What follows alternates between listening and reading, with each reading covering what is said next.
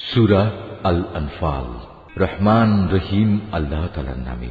হে মুহাম্মদ, লোকেরা তোমার কাছে যুদ্ধলব্ধ ও যুদ্ধে পরিত্যক্ত অতিরিক্ত মাল সামান সম্পর্কে আল্লাহ তাআলার হুকুম জানতে চাচ্ছে।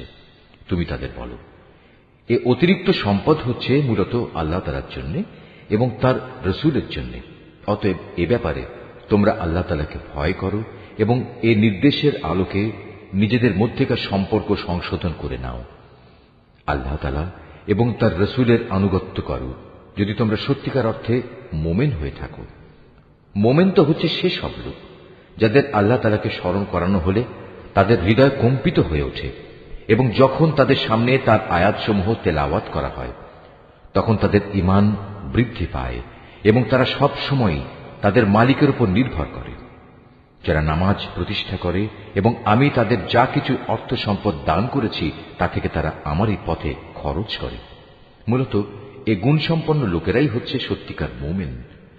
তাদের মালিকের কাছে তাদের জন্য বিপুল মর্যাদা, ক্ষমা ও সম্মানজনক জীবিকার ব্যবস্থা রয়েছে। সেভাবেই তোমাদের বের হওয়া উচিত ছিল, যেভাবে তোমার মালিক তোমাকে তোমার বাড়ি থেকে বের করে এনেছেন। অথচ মোমেনদের একদল লোক তো এ কাজ তখন পছন্দই করেনি। সত্য তোমার কাছে প্রকাশিত হওয়ার পরও এরা তোমার সাথে বিতর্কে লিপ্ত হচ্ছে। মনে হচ্ছিল তারা যেন দেখতে পাচ্ছে ধীরে ধীরে মৃত্যুর দিকেই তাদের ঠেলে দেয়া হচ্ছে। স্মরণ করো, যখন আল্লাহ তাআলা তোমাদের প্রতিশ্রুতি দিচ্ছিলেন দুটি দলের মধ্যে একটি দল তোমাদের করায়ত্ত হবে, তোমরা তখন চাচ্ছিলে দুর্বল ও নিরস্ত্র দলটি তোমাদের করায়ত্ত হোক। অথচ আল্লাহ তাআলা স্বীয় কথা দ্বারা সত্য প্রতিষ্ঠিত করতে চাচ্ছিলেন এবং এর মাঝ দিয়ে তিনি কাফেরদের শেকড় কেটে তাদের নির্মূল করে দিতে চেয়েছিলেন। এর উদ্দেশ্য ছিল সত্য যেন তার সত্য রূপ নিয়ে প্রতিষ্ঠিত হতে পারে এবং বাতিল যাতে করে বাতিলের মতোই নির্মূল হয়ে যেতে পারে, যদিও পাপিষ্ঠরা এতে অসন্তুষ্ট হয়। আরো স্মরণ করো, যখন তোমরা তোমাদের মালিকের কাছে কাতর কণ্ঠে ফরিয়াদ পেশ করছিলে, আল্লাহ তাআলা তোমাদের ফরিয়াদ কবুল করেছিলেন এবং বলেছিলেন, হ্যাঁ, আমি তোমাদের এই যুদ্ধের ময়দানে পরপর 1000 ফেরেশতা পাঠিয়ে সাহায্য করব। আল্লাহ তাআলা তোমাদের শুভ সংবাদ দেয়া ও তা দিয়ে তোমাদের মনকে প্রশান্ত করার উদ্দেশ্যেই এটা বলেছিলেন, নতুবা আসল সাহায্য তো আল্লাহ তাআলার কাছ থেকেই আসে। নিশ্চয়ই আল্লাহ তাআলা পরাক্রমশালী ও প্রজ্ঞামান। আরো স্মরণ করো, যখন আল্লাহ তাআলা তার নিজের পক্ষ থেকে তোমাদের নিরাপত্তা ও স্বস্তির জন্য তোমাদের তন্দ্রায় আচ্ছন্ন করে দিয়েছেন এবং তোমাদের উপর তিনি আকাশ থেকে বৃষ্টির পানি নাজিল করেছেন। উদ্দেশ্য ছিল এ পানি দ্বারা তিনি তোমাদের ধুয়ে পাক সাফ করবেন, তোমাদের মন থেকে শয়তানের অপবিত্রতা দূর করবেন, তোমাদের মনে সাহস বৃদ্ধি করবেন। সর্বোপরি যুদ্ধের ময়দানে তিনি এর মাধ্যমে তোমাদের কদম মজবুত করবেন। তাও স্মরণ করো, যখন তোমার মালিক ফেরেশতাদের কাছে ওহী পাঠিয়ে বললেন, আমি তোমাদের সাথেই আছি, অতএব তোমরা মোমেনদের সাহস দাও, তাদের কদম অবিচল রাখো। অচিরেই আমি কাফেরদের মনে দারুণ এক ভীতির সঞ্চার করব। অতএব তোমরা তাদের ঘাড়ের উপর আঘাত হানো এবং তাদের হাড়ের প্রত্যেক জোড়ায় জোড়ায় আঘাত করো। এ কাজটা এ কারণে করা প্রয়োজন, এরা আল্লাহ তাআলা ও তার রসুলের বিরুদ্ধে মোকাবেলায় নেমেছে। আর যারাই এভাবে আল্লাহ তাআলা ও তার রসুলের বিরোধিতা করে তাদের জানা উচিত আল্লাহ তাআলা তাদের কঠোর আযাব দেবেন। হে কাফেররা, এ হচ্ছে তোমাদের যথার্থ পাওনা। এবার ভালো করে তোমরা এর স্বাদ গ্রহণ করতে থাকো। কাফেরদের জন্য দোজখের ভয়াবহ আযাব রয়েছে। হে মুমিন বান্দারা, তোমরা যখন যুদ্ধের ময়দানে কাফেরদের মুখোমুখি মোকাবেলা করবে তখন কখনো পৃষ্ঠ প্রদর্শন করবে না। জেনে রেখো, এই যুদ্ধের দিন যে ব্যক্তি তার পৃষ্ঠ প্রদর্শন করবে সে অবশ্যই আল্লাহ তাআলার গজবে পতিত হবে। তবে যুদ্ধের কৌশল হিসেবে কিংবা নিজ বাহিনীর সাথে মিলিত হবার উদ্দেশ্য ছাড়া যদি কেউ এমনটি করে তাহলে তার জন্য জাহান্নামই হবে একমাত্র আশ্রয়স্থল। আর জাহান্নাম সত্যিই নিকৃষ্ট জায়গা। যারা নিহত হয়েছে তাদের তোমরা কেউই হত্যা করনি, বরং আল্লাহ তাআলাই তাদের হত্যা করেছেন। আর তুমি যখন তাদের প্রতি তীর নিক্ষেপ করছিলে, মূলত তুমি নিক্ষেপ করনি, করেছেন আল্লাহ তাআলা স্বয়ং। তিনি এর মাধ্যমে মোমেনদের উত্তম পুরস্কার দান করে তাদের বিজয় দিতে চেয়েছেন। নিঃসন্দেহে আল্লাহ তাআলা সবকিছু শোনেন এবং সবকিছু জানেন। এটা হচ্ছে তোমাদের বিষয় এবং তোমাদের ব্যাপারে তার নীতি। অবশ্যই আল্লাহ তাআলা কাফেরদের ষড়যন্ত্র দুর্বল করে দেন। হে কাফেররা, তোমরা একটা সিদ্ধান্ত চেয়েছিলে। হ্যাঁ, আজ সে সিদ্ধান্তকর মুহূর্তটি তোমাদের সামনে এসে গেছে। যদি এখনো তোমরা যুদ্ধ থেকে বিরত হতে চাও, তাহলে তা তোমাদের জন্য কল্যাণকর হবে। তোমরা যদি আবার যুদ্ধের জন্য ফিরে আসো, তাহলে আমরাও ময়দানে ফিরে আসব। আর তোমাদের বাহিনীর সংখ্যা যতই বেশি হোক না কেন, তা তোমাদের কোনোই উপকারে আসবে না, কারণ আল্লাহ তাআলা ঈমানদারদের সাথেই রয়েছেন। হে ঈমানদার লোকেরা, তোমরা আল্লাহ তাআলা ও তার রাসূলের আনুগত্য করো, কখনো তার কাছ থেকে মুখ ফিরিয়ে নিও না, বিশেষ করে যখন তোমরা সবকিছু শুনতেই পাচ্ছ। তোমরা তাদের মতো হয়েও না, যারা মুখে বলে হ্যাঁ আমরা নবীর কথা শুনলাম, কিন্তু তারা আসলে কিছুই শোনে না। আল্লাহ তাআলার কাছে তার সৃষ্টির নিকৃষ্টতম জীব হচ্ছে সেই বধির ও মূক মানুষগুলো, যারা সত্য দিন সম্পর্কে কিছুই বোঝে না। আল্লাহ তাআলা যদি জানতেন এদের ভেতর সামান্য কোনো ভালো গুণও অবশিষ্ট আছে, তাহলে তিনি তাদের অবশ্যই হিদায়াতের কথা শোনাতেন। অবশ্য তিনি তাদের শোনালেও তারা তাকে উপেক্ষাই করত এবং অন্যদিকে ফিরে যেত। হে ঈমানদার লোকেরা, তোমরা আল্লাহ তাআলা ও তার রাসূলের ডাকে সাড়া দাও, যখন তিনি তোমাদের এমন কিছুর দিকে ডাকেন যা তোমাদের সত্যিকার অর্থে জীবন দান করবে। এ কথাটা জেনে দেখো, আল্লাহ তাআলা মানুষ ও তার হৃদয়ের মাঝামাঝি স্থানে অবস্থান গ্রহণ করেন। আবার তোমাদের সবাইকে তার সামনেই জড়ো করা হবে। তোমরা আল্লাহ দ্রোহিতার সেই ফিতনা থেকে বেঁচে থাকো, যার ভয়াবহ শাস্তি যারা তোমাদের মধ্যে জালেম শুধু তাদের মধ্যেই সীমাবদ্ধ থাকবে না। আরো জেনে রাখো, আল্লাহ তাআলা অত্যন্ত কঠোর শাস্তি প্রদানকারী। স্মরণ করো, যখন তোমরা সংখ্যায় ছিলে নিতান্ত কম, এই জমিনে তোমাদের মনে করা হতো তোমরা অত্যন্ত দুর্বল। তোমরা সর্বদাই এ ভয়ে আতঙ্কিত থাকতে যে কখন অন্য মানুষরা তোমাদের উপর চড়াও হবে। অতঃপর আল্লাহ তাআলা তোমাদের একটি ভূখণ্ডে আশ্রয় দিলেন, তার একান্ত সাহায্য দিয়ে তিনি তোমাদের শক্তিশালী করলেন এবং তিনি এ আশায় তোমাদের বহুবিধ উত্তম জিনিস দান করলেন যে তোমরা আল্লাহর এসব নিয়ামতের শুকর আদায় করবে। হে ঈমানদার বান্দারা, তোমরা আল্লাহ তাআলা ও তার রাসূলের সাথে কখনো বিশ্বাসঘাতকতা করো না এবং জেনে শুনে নিজেদের আমানতেরও খেয়ানত করো না। জেনে রেখো, তোমাদের মাল সম্পদ ও সন্তান সন্ততি হচ্ছে আল্লাহ তাআলার পক্ষ থেকে পরীক্ষা মাত্র। যে এ পরীক্ষায় উত্তীর্ণ হবে তার জন্য আল্লাহ তাআলার কাছে মহা প্রতিদান রয়েছে। হে ঈমানদার লোকেরা, তোমরা যদি আল্লাহকে ভয় করে চলো, তাহলে তিনি তোমাদের জন্য অন্যদের সাথে পার্থক্য নির্ণয়কারী স্বতন্ত্র মর্যাদা দান করবেন। তিনি তোমাদের গুনাহসমূহ মিটিয়ে দেবেন, তিনি তোমাদের ক্ষমা করে দেবেন। আল্লাহ তাআলার দান আসলেই অনেক বড়। স্মরণ করো, যখন কাফেররা তোমার বিরুদ্ধে ষড়যন্ত্র করছিল, তারা তোমাকে বন্দী করবে অথবা তোমাকে হত্যা করবে কিংবা তোমাকে আপন ভূমি থেকে নির্বাসিত করে দেবে। এ সময় একদিকে তারা তোমার বিরুদ্ধে ষড়যন্ত্র করছিল, আরেকদিকে আল্লাহ তাআলাও তোমার পক্ষে কৌশল চালিয়ে যাচ্ছিলেন। আর আল্লাহ তাআলাই হচ্ছেন সর্বোৎকৃষ্ট কৌশলী। যখন তাদের সামনে আমার কোনো আয়াত পড়ে শোনানো হতো, তখন তারা বলতো, হ্যাঁ আমরা এ কথা আগেও শুনেছি, আমরা চাইলে এ ধরনের কথা তো নিজেরাও বলতে পারি। এগুলো আগের লোকদের উপকথা ছাড়া আর কিছু নয়। তারা যখন বলেছিল, হে আল্লাহ তাআলা, মুহাম্মাদের আনিত এ কিতাব যদি তোমার কাছ থেকে পাঠানো সত্য হয়, তাহলে একে অমান্য করার কারণে তুমি আমাদের উপর আসমান থেকে পাথর বর্ষণ করো কিংবা তুমি আমাদের উপর কোনো কঠিন শাস্তি পাঠিয়ে দাও। আল্লাহ তাআলা এমন নন যে তিনি তাদের কোনো আযাব দেবেন অথচ তুমি এখনো তাদের মধ্যে বর্তমান রয়েছ। আর আল্লাহ তাআলা এমনও নন যে কোনো জাতির মানুষদের তিনি শাস্তি দেবেন অথচ তারা কিছু লোক তখন আল্লাহর কাছে ক্ষমা প্রার্থনা করছে। কেনই বা আল্লাহ তাআলা এখন তাদের আযাব দেবেন না, যখন তারা আল্লাহর বান্দাদের মসজিদুল হারামে আসার পথ থেকে নিবৃত্ত করে? অথচ তারা তো এ ঘরের আসল অভিভাবকও নয়। এ ঘরের আসল অভিভাবক হচ্ছে তারা যারা আল্লাহ তাআলাকে ভয় করে, কিন্তু তাদের অধিকাংশ মানুষই কথা জানে না। এ ঘরের পাশে তাদের জাহিলি যুগের নামাজ তো কিছু শীষ দেয়া ও তালি বাজানো ছাড়ার কিছু ছিল না। এই কারণেই আল্লাহ তাআলা তাদের বলবেন, এখন তোমরা তোমাদের কুফরি কার্যকলাপের জন্য শাস্তি ভোগ করো। যারা আল্লাহ তাআলাকে অস্বীকার করেছে এবং যারা নিজেদের ধন সম্পদ এ খাতেই ব্যয় করেছে, যে এর দ্বারা মানুষদের আল্লাহ তাআলার পথ থেকে ফিরিয়ে রাখবে, এদের জন্য তুমি ভেবো না এরা এ পথে ধন সম্পদ আরো ব্যয় করতে থাকবে। অতঃপর একদিন সে ব্যয় করাটাই তাদের জন্য মনস্তাপের কারণ হবে।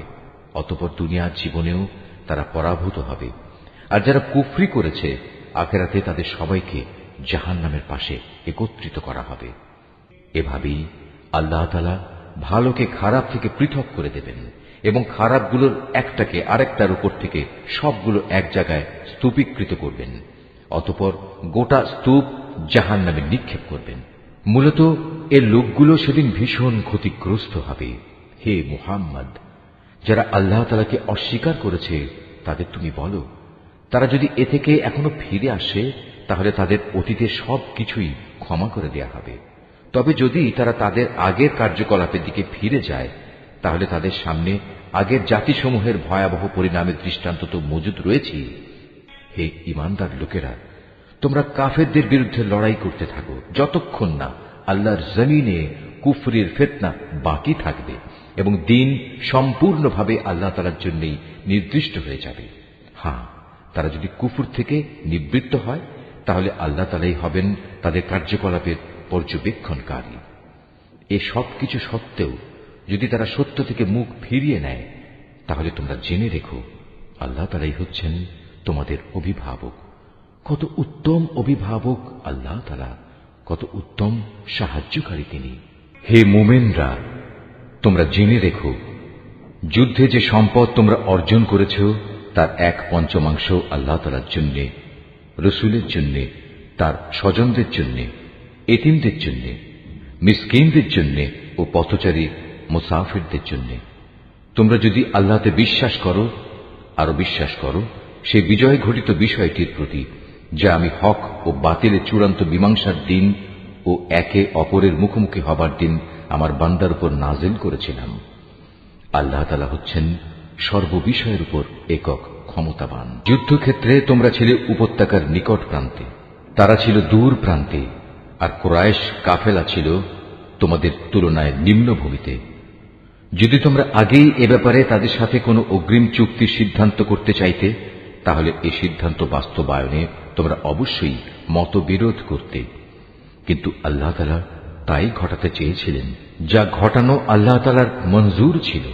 এর উদ্দেশ্য ছিল যে দলটি ধ্বংস হবে তারা যেন সত্য মিথ্যা স্পষ্ট হওয়ার পরই ধ্বংস হয়, আবার যে দলটি বেঁচে থাকবে তারাও যেন সত্যাসত্য প্রমাণের ভিত্তিতেই বেঁচে থাকে। নিশ্চয়ই আল্লাহ তাআলা সর্বশ্রোতা ও সর্বজ্ঞ। আরো স্মরণ করো, আল্লাহ তাআলা তোমাকে যখন স্বপ্নে তাদের সংখ্যা কম দেখিয়েছিলেন তখন যদি তিনি তোমাকে তাদের সংখ্যা বেশি দেখাতেন তাহলে অবশ্যই তোমরা সাহস হারিয়ে ফেলতে এবং এ বিষয়ে তোমরা একে অপরের সাথে বিতর্ক শুরু করে দিতে। কিন্তু আল্লাহ তাআলা এটা না করে তোমাদের নিরাপদ করে দিয়েছেন, কেননা তিনি মানুষের অন্তরে যা কিছু লুকিয়ে থাকে সে সম্পর্কে সম্যক ওয়াকিবহাল রয়েছেন। সে সময়ের কথাও স্মরণ করো যখন তোমরা যুদ্ধের ময়দানে তাদের সামনাসামনি হলে, তখন তোমাদের চোখে তাদের সংখ্যা আল্লাহ তাআলা নিতান্ত কম করে দেখালেন এবং তাদের চোখেও তিনি তোমাদের সংখ্যাকে দেখালেন কম। এর উদ্দেশ্য ছিল যেন আল্লাহ তাআলা তাই ঘটিয়ে দেখান যা কিছু তিনি এই ঘটনার মাধ্যমে ঘটাতে চান, কেননা আল্লাহ তাআলার দিকেই সব কিছুকে ফিরে যেতে হবে। হে ঈমানদার লোকেরা, কোন বাহিনীর সাথে যখন তোমরা সামনাসামনি হও তখন ময়দানে অবিচল থাকবে এবং বিজয়ের আসল উৎস আল্লাহ তাআলাকে বেশি বেশি করে স্মরণ করতে থাকবে। আশা করা যায় তোমরা সাফল্য লাভ করতে পারবে। তোমরা আল্লাহ তাআলা ও তার রসুলের আনুগত্য করো, নিজেদের মধ্যে পরস্পর ঝগড়া বিবাদ করো না, অন্যথায় তোমরা সাহস হারিয়ে ফেলবে এবং তোমাদের প্রতিপত্তি খতম হয়ে যাবে। তোমরা ধৈর্য ধারণ করো, অবশ্যই আল্লাহ তাআলা ধৈর্যশীলদের সাথে রয়েছেন। তোমরা কখনো তাদের মতো হও না যারা অহংকার ও লোকদের নিজেদের শান শওকত দেখানোর জন্য নিজেদের ঘর থেকে বেরিয়ে এসেছে এবং সাধারণ মানুষদের যারা আল্লাহ তাআলার পথ থেকে ফিরিয়ে রাখে। মূলত তাদের সমুদয় কার্যকলাপই আল্লাহ তাআলা পরিবেষ্টন করে আছেন। যখন শয়তান তাদের কাজগুলোকে তাদের সামনে খুব চাকচিক্যময় করে পেশ করেছিল এবং সে তাদের বলেছিল, আজ মানুষের মধ্যে কেউই তোমাদের উপর বিজয়ী হতে পারবে না এবং আমি তো তোমাদের পাশেই আছি। অতঃপর যখন উভয় দল সম্মুখ সমরে ঝাঁপিয়ে পড়ল তখন সে কেটে পড়ল এবং বলল, তোমাদের সাথে আমার কোনোই সম্পর্ক নেই। আমি এমন কিছু দেখতে পাচ্ছি যা তোমরা দেখতে পাও না।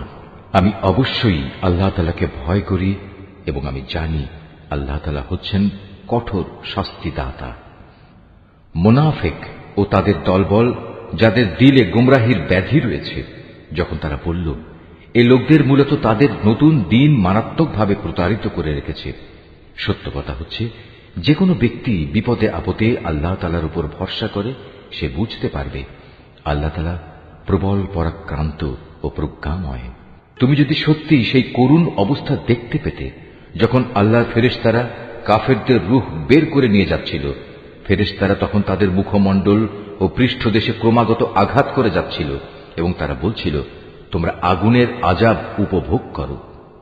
মূলত এটা হচ্ছে তোমাদের নিজেদেরই উভয় হাতের কামাই, যা তোমরা আগেই পাঠিয়েছিলে। আল্লাহ তাআলা কখনো তার বান্দার উপর জুলুম করেন না। এদের পরিণতি হবে ফেরাউনের আপনজন ও তাদের পূর্ববর্তী কাফিরদের মতোই।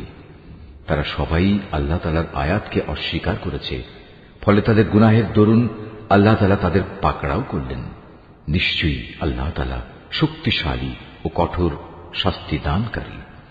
এটা এ কারণে যে আল্লাহ তাআলা যখন কোন জাতিকে কোন নিয়ামত দান করেন, তিনি ততক্ষণ পর্যন্ত তাঁর সে নিয়ামত তাদের জন্য বদলে দেন না, যতক্ষণ না তারা নিজেরা নিজেদের অবস্থার পরিবর্তন করে।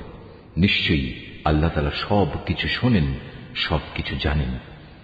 এরাও হচ্ছে ফেরাউন, তার স্বজন ও তাদের আগের লোকদের মতো। আল্লাহর আয়াতকে তারা সরাসরি মিথ্যা সাব্যস্ত করেছে, ফলে আমি তাদের কুফরির অপরাধের জন্য তাদের ধ্বংস করে দিয়েছি এবং ফেরাউনের স্বজনদের আমি ডুবিয়ে দিয়েছি। মূলত তারা সবাই ছিল জালেম। নিশ্চয়ই আল্লাহর এই জমিনে বিচরণশীল জীবের মধ্যে আল্লাহর কাছে নিকৃষ্টতম হচ্ছে তারা, যারা স্বয়ং এ জমিনের স্রষ্টাকেই অস্বীকার করে এবং তারা তার উপর ঈমান আনে না। তারাও এ নিকৃষ্ট লোকদের অন্যতম, যাদের সাথে তুমি বাকায়দা সন্ধি চুক্তি স্বাক্ষর করেছ। অতঃপর তারা প্রতিবার সুযোগ পেয়েই সে চুক্তি ভঙ্গ করেছে এবং এ ব্যাপারে তারা কাউকেই পরোয়া করেনি। অতএব এ লোকদের যদি কখনো তুমি ধরতে পারো, তাহলে তাদের মূল বাহিনী থেকে বিচ্ছিন্ন করে এমন ভাবে শাস্তি দেবে যাতে তাদের পরবর্তী বাহিনী এ থেকে কিছু শিক্ষা গ্রহণ করে।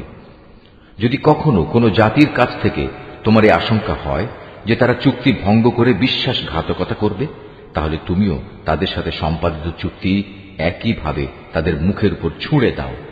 তবে তোমরা নিজেরা তা আগে লঙ্ঘন করো না। নিশ্চয়ই আল্লাহ তাআলা খেয়ানতকারীকে পছন্দ করেন না।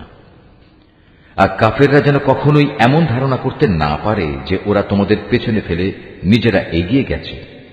আসলে তারা তোমাদের পরাভূত করার কোনো ক্ষমতাই রাখে না। তাদের সাথে যুদ্ধের জন্য তোমরা যথাসাধ্য সাজ সরঞ্জাম, শক্তি ও ঘোড়া প্রস্তুত রাখবে এবং এ দিয়ে তোমরা আল্লাহর দুশমন ও তোমাদের দুশমনদের ভীত সন্ত্রস্ত করে দেবে। এছাড়াও কিছু লোক আছে যাদের পরিচয় তোমরা জানো না, শুধু আল্লাহ তাআলাই তাদের চেনেন। আল্লাহ তাআলার পথে তোমরা যা কিছুই ব্যয় করবে তার পুরোপুরি প্রতিদান তোমাদের পরকালে আদায় করে দেয়া হবে এবং তোমাদের উপর বিন্দু মাত্র জুলুম করা হবে না। হে মুহাম্মদ, তারা যদি সন্ধির প্রতি আগ্রহ দেখায়, তাহলে তুমিও সন্ধির দিকে ঝুঁকে যাবে এবং সর্বদা আল্লাহর উপরই ভরসা করবে। অবশ্যই আল্লাহ তাআলা সব কিছু শোনেন, সব কিছু দেখেন। আর যদি কখনো তারা সন্ধির আড়ালে তোমাকে ধোঁকা দিতে চায়, তাহলে তোমার দুশ্চিন্তাগ্রস্ত হওয়ার কোনো কারণ নেই, কেননা তোমার রক্ষার জন্য তো আল্লাহ তাআলাই যথেষ্ট। তিনি তাঁর সরাসরি সাহায্য ও একদল মোমেন দ্বারা তোমাকে শক্তি জুগিয়েছেন। আল্লাহ তাআলা এই মোমেনদের দিলকে পারস্পরিক ভালোবাসা ও সম্প্রীতির বন্ধনে আবদ্ধ করে দিয়েছেন। অথচ তুমি যদি দুনিয়ার যাবতীয় সম্পদ এর পেছনে ব্যয় করতে, তবু তুমি এ মানুষদের দিলকে ভালোবাসার বন্ধনে আবদ্ধ করতে পারতে না। কিন্তু আল্লাহ তাআলা এদের মাঝে প্রীতি স্থাপন করে দিয়েছেন। অবশ্যই তিনি পরাক্রমশালী ও বিজ্ঞ কুশলী। হে নবী, তোমার জন্য এবং তোমার অনুবর্তনকারী মোমেনদের জন্য তো আল্লাহ তাআলাই যথেষ্ট। হে নবী, তুমি মোমেনদের যুদ্ধের জন্য উদ্বুদ্ধ করো। মনে রেখো, তোমাদের মধ্যে 20 জন লোকও যদি ধৈর্যশীল হতে পারে, তাহলে তারা 200 লোকের উপর বিজয়ী হবে। আবার তোমাদের মাঝে এমন লোকের সংখ্যা যদি 100 হয়, তাহলে তারা 1000 লোকের উপর জয়লাভ করবে। এর কারণ হচ্ছে তারা এমন জাতি যারা আল্লাহর শক্তি সম্পর্কে কিছুই বোঝে না। এই নিশ্চয়তা দ্বারা এখন আল্লাহ তাআলা তোমাদের উপর থেকে উদ্বেগ ও দুশ্চিন্তার বোঝা হালকা করে দিয়েছেন। যেহেতু তিনি একথা জানেন তোমাদের মধ্যে কিছু দুর্বলতা রয়েছে, অতঃপর তোমাদের মধ্যে যদি 100 ধৈর্যশীল মানুষ থাকে তাহলে তারা 200-র উপর বিজয়ী হবে। আবার যদি থাকে তোমাদের 1000 ধৈর্যশীল ব্যক্তি, তাহলে তারা আল্লাহ তাআলার হুকুমে বিজয়ী হবে 2000 লোকের উপর। জেনে রেখো, আল্লাহ তাআলা ধৈর্যশীলদের সাথেই রয়েছেন। কোন নবীর পক্ষেই এটা শোভা পায় না যে তার কাছে বন্দীদের আটক রাখবে যতক্ষণ পর্যন্ত সে জমিনে রক্তপাত ঘটাবে এবং আল্লাহর শত্রুদের নিপাত না করে দেবে। আসলে তোমরা তো দুনিয়ার সামান্য স্বার্থটুকুই চাও, আর আল্লাহ তাআলা চান তোমাদের আখিরাতের কল্যাণ দান করতে। আল্লাহ তাআলাই হচ্ছেন পরাক্রমশালী ও প্রজ্ঞাময়। যদি এ ব্যাপারে আল্লাহ তাআলার কাছ থেকে পূর্বের কোনো ফরমান লেখা না থাকত, তাহলে বন্দীদের কাছ থেকে মুক্তিপণ হিসেবে তোমরা যা কিছু নিয়েছ তার জন্য একটা বড় ধরনের আযাব তোমাদের উপর পতিত হতো। অতএব যা কিছু তোমরা গনিমত হিসেবে লাভ করেছ, নিঃসংকোচে তোমরা তা খাও, কেননা তা সম্পূর্ণ হালাল ও পবিত্র। তোমরা আল্লাহ তাআলাকে ভয় করো। আল্লাহ তাআলা অবশ্যই ক্ষমাশীল ও দয়ালু। হে নবী, তোমার হাতে যেসব বন্দী রয়েছে তাদের তুমি বলো, আল্লাহ তাআলা যদি তোমাদের দিলে ভালো কিছু গ্রহণের যোগ্যতা আছে বলে জানতে পান, তাহলে তিনি তোমাদের ঈমানের এমন এক কল্যাণ দান করবেন যা তোমাদের কাছ থেকে মুক্তিপণ হিসেবে গৃহীত সম্পদের চাইতে অনেক ভালো, এবং তিনি তোমাদের গুনাহসমূহ মাফ করে দেবেন। আল্লাহ তাআলা ক্ষমাশীল ও দয়াবান। আর তারা যদি তোমার সাথে বিশ্বাস ভঙ্গ করতে চায়, তাহলে তুমি ভেবো না, এরা তো এর আগে আল্লাহ তাআলার সাথেও বিশ্বাসঘাতকতা করেছে, এবং এ কারণেই তোমাদের তিনি তাদের উপর ক্ষমতা দান করেছেন। আল্লাহ তাআলাই হচ্ছেন জ্ঞানবান ও কুশলী। নিঃসন্দেহে যারা ঈমান এনেছে এবং এই ঈমানের জন্য হিজরত করেছে, নিজেদের জান মাল দিয়ে আল্লাহর পথে জিহাদ করেছে, এবং যারা মুহাজিরদের আশ্রয় দিয়েছে ও তাদের সাহায্য করেছে, তারা সবাই পরস্পরের বন্ধু। অপরদিকে যারা ঈমান এনেছে অথচ হিজরত করেনি, ততক্ষণ পর্যন্ত তাদের অভিভাবকত্বের দায়িত্ব তোমাদের উপর নেই। তবে কখনো যদি তারা একান্ত দ্বীনের খাতিরে তোমাদের কাছে কোনো সাহায্য চায়, তাহলে তাদের সাহায্য করা তোমাদের কর্তব্য। তবে তা যেন এমন কোন সম্প্রদায়ের বিরুদ্ধে না হয় যাদের সাথে তোমাদের কোন রকম চুক্তি রয়েছে। বস্তুত তোমরা যা কিছু করো আল্লাহ তাআলা সব কিছুই দেখেন। যারা কুফরি করেছে তারা একে অপরের বন্ধু। তোমরা যদি একে অপরকে সাহায্য করার সে কাজটি না করো, তাহলে আল্লাহর এই জমিনে ফিতনা ফাসাদ ও বড় ধরনের বিপর্যয় সৃষ্টি হবে।